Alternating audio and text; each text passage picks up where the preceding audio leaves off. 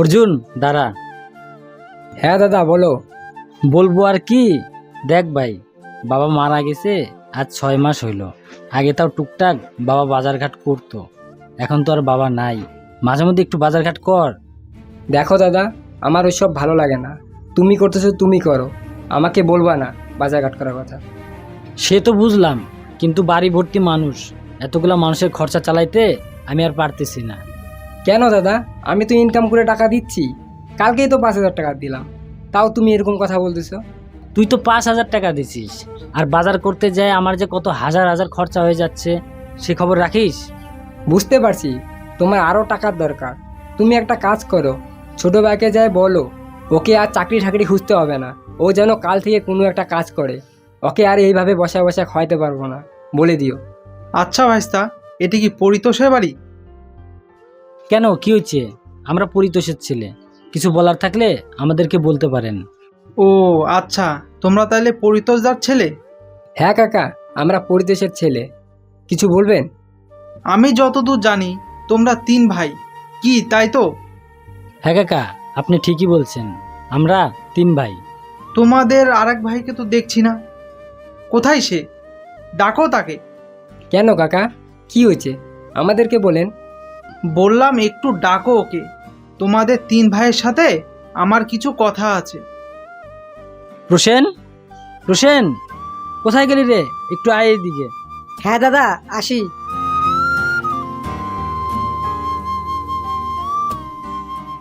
দাদা বলো, ডাকলা কেন? তুমি তাহলে পরিতোষদার ছোট ছেলে? হ্যাঁ, কেন, কিছু বলবেন? বলার জন্যই তো আসছি। ঠিক আছে, তাহলে শোনো, তোমাদের বাবা মারা যাওয়ার ঠিক 3 মাস আগে আমার কাছ থেকে 10 লাখ টাকা ধার নিয়েছিল।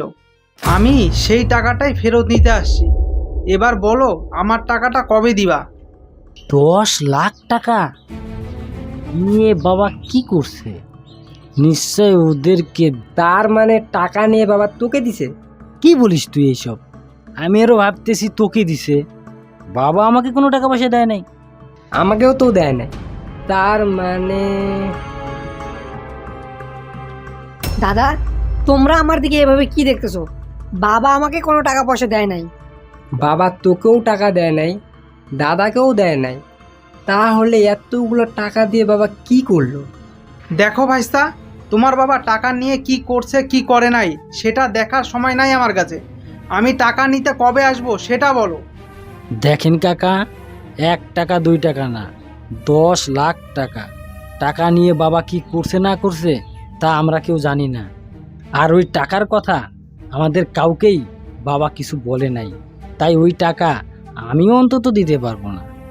আমার উপরে এমনিতেই সংসারের অনেক চাপ। এখন তো চাপ হবেই। তাহলে ভাইস্তা তুমি কি বলো? না না কাকা, আমি কোনো টাকা পয়সা দিতে পারবো না। আর ওই টাকার কথা আমাদেরকে কোনো দিন বাবা কিছু বলে নাই। আর একটা কথা, আপনি সত্যি বলতেছেন না মিথ্যা বলতেছেন আমরা বুঝবো কি করে? আমরা কোনো টাকা পয়সা দিতে পারবো না। সবই বুঝতে পারছি, তাহলে ভাইস্তা তুমি কি বলো? ও কি বলবে? ওকে কোনো কাজকাম করে নাকি? ও তো সারাদিন বাড়িতেই বসে থাকে, ও টাকা কোথায় পাবে? তোমরা চুপ করো, আমি ওর মুখ থেকেই শুনতে চাই। কি হইল ভাইস্তা, কিছু বলো। দাদা ঠিক কথাই বলছে, আমি কোনো কাজ কাম করি না, চাকরির খোঁজে ঘুরে বেড়াচ্ছি, কিন্তু পাচ্ছি না। আপনি যদি একটু সময় দিতেন তাহলে কিছু একটা করে আপনার টাকা ফেরত দিয়ে দিতাম। তোর মাথা ঠিক আছে তো? কিরে, তুই কি পাগল হয়ে গেছিস নাকি?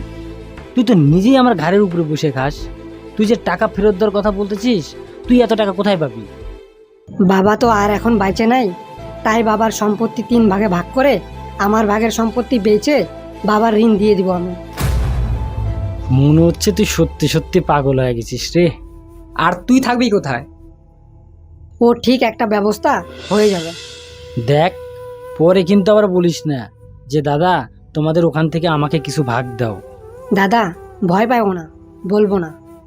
দাদা, ও যখন বলতেছে ওর জমিন ওকে ভাগ করে দাও, ও কি করবে করুক। ঠিক আছে, তাই হবে। কালকে আমিন ডাক, ভাগ করি। তোমাদের আর আমিন ডাকতে হবে না, আমি তোমাদের সাথে একটু মজা করলাম। আসলে সত্যি কথা বলতে আমি পাবো না, তোমাদের বাবাই আমার কাছে 10 লাখ টাকা পাবে। কাকা কই টাকা নিয়ে আসছেন? দেন আমাকে দেন। হ্যাঁ কাকা, দেন, আমার কাছে দেন। এই টাকার অধিকার তোমাদের দুই ভাইয়ের মধ্যে কারণ নাই। এই টাকার অধিকার শুধুমাত্র তোমাদের ছোট ভাই পোষণের। কেন কাকা, আমরা কি দোষ করছি? শুনবা? ঠিক আছে, শোনো। তোমাদের বাবা মারা যাওয়ার ঠিক 3 মাস আগে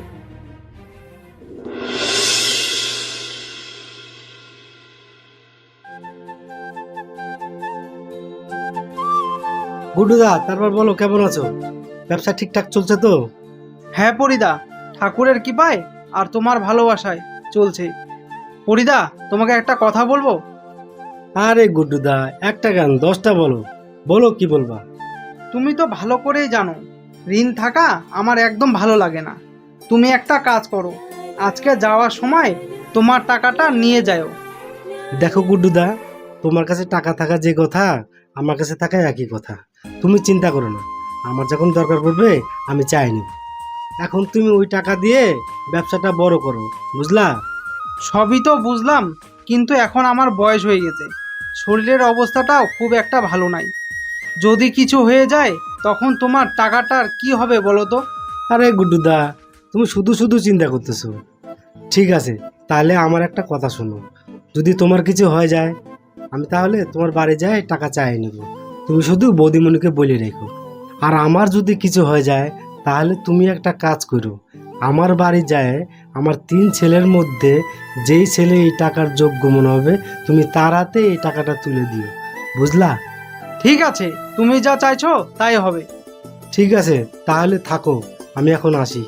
চা খায় যাও। না না গুড্ডুদা, বাড়ির থেকে বেরোয়েছি, অনেক টাইম হয়ে গেছে, অন্য এক সময় খাবো। থাকো, আসি।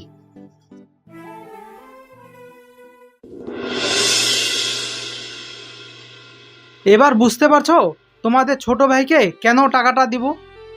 তাহলে ভাইস্তা, কালকে সকালে আমার কারখানায় যেয়ে টাকাটা নিয়ে আইসো, কেমন? আমি এখন আসি, ঠিক আছে? ঠিক আছে, আসেন।